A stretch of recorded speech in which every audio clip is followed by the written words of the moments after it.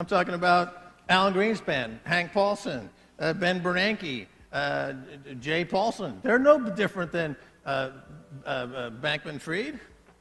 They're no different. They're just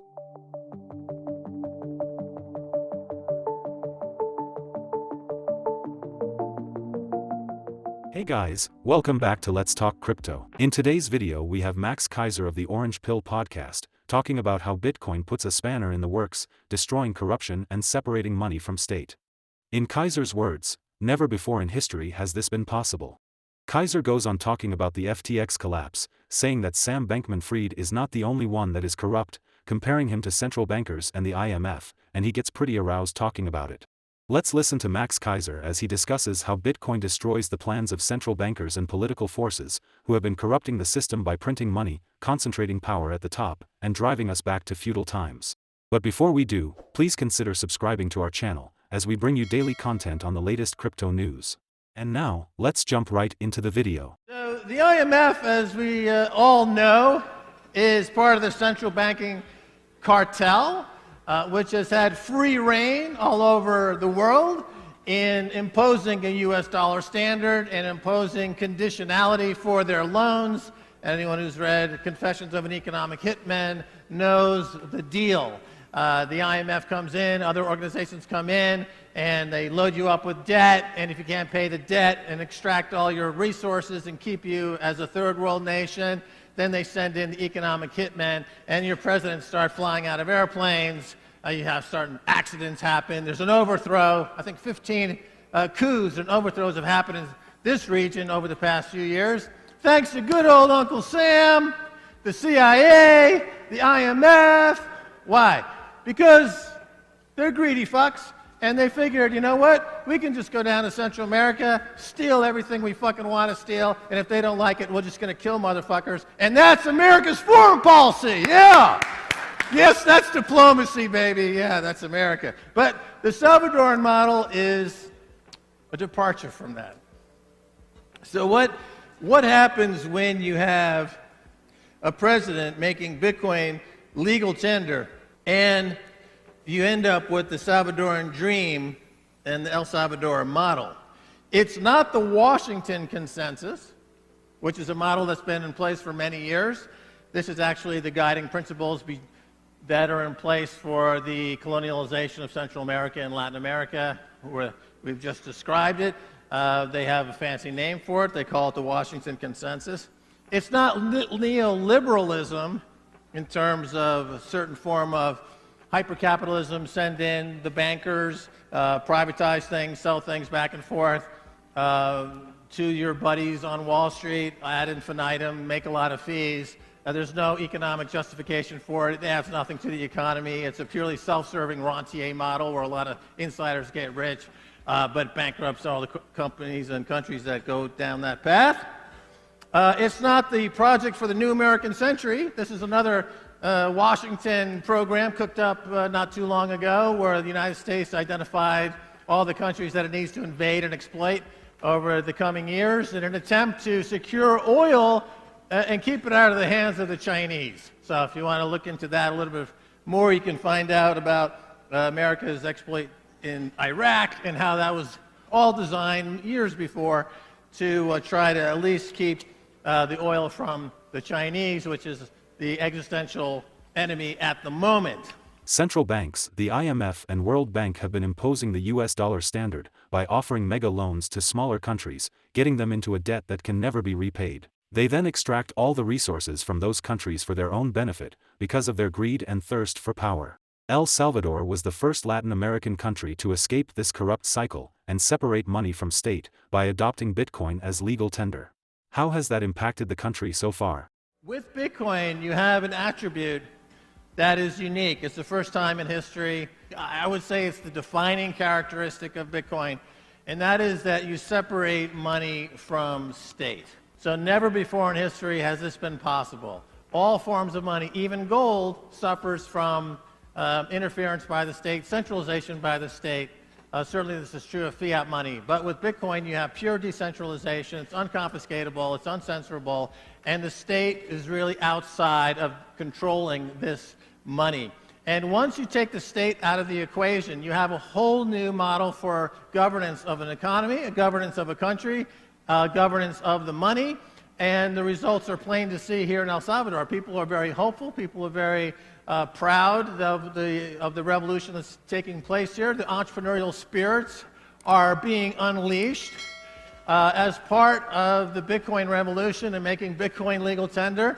There is an intolerance of violence because Bitcoin is also an interesting technology in that it monetizes love and peace and it demonetizes hate and violence. Because it's unconfiscatable, I cannot coerce you or to commit violent acts against you to get your stuff.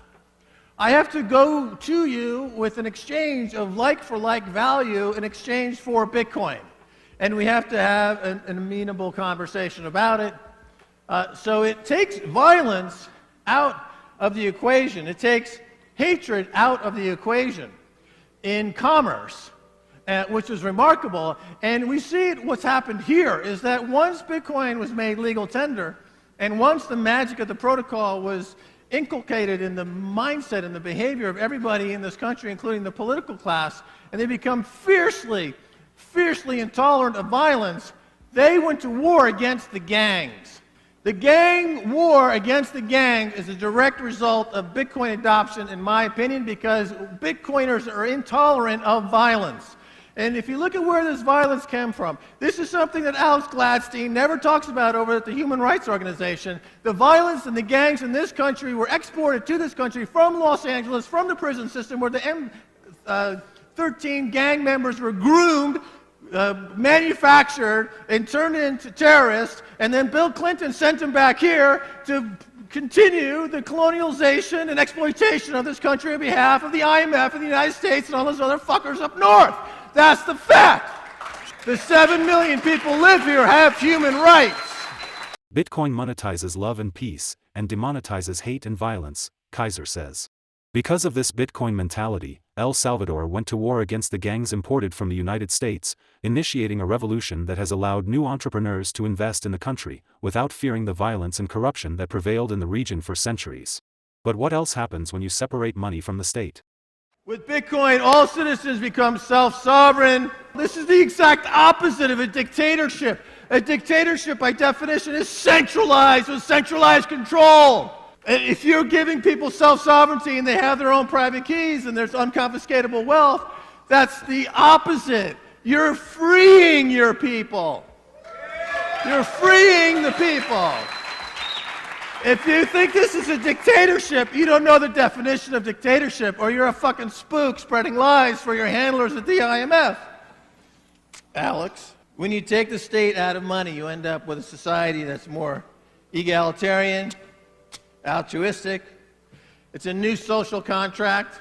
You know, in the United States is the product of the age of enlightenment, the age of human rights, the idea of an enlightened social contract between the governed and the governance and those being governed. And that's been really effective for a while, but in the last 50, 60 years, it's been co-opted by the centralizing cartel of bankers who have played the system and gamed the system and printed lots of fiat money. I'm not talking about Sam Bankman-Fried. I'm talking about Alan Greenspan, Hank Paulson, Ben Bernanke, Jay Paulson. They're no different than Bankman-Fried. They're no different. They're the same, cut from the same cloth. They just print money, and they buy political influence so that it's easier for them to print more money to concentrate power, because they're dictators, because they are trying to drive us back to feudal times, neo-feudal times. All wealth is concentrated in the top 1/10 of 1%, and everyone else is a serf. Bitcoin puts, it fucks it up. It puts a spanner in the works, and it destroys their plans, doesn't it? Because now it's unconfiscatable, and people are working in a way where they're not trying to just make more power so that they can survive by being more corrupt. They're working because they want to add something to society. You know, I'm so old, I remember back in the 1960s where people did shit just because they loved to do it, not because they were crooks.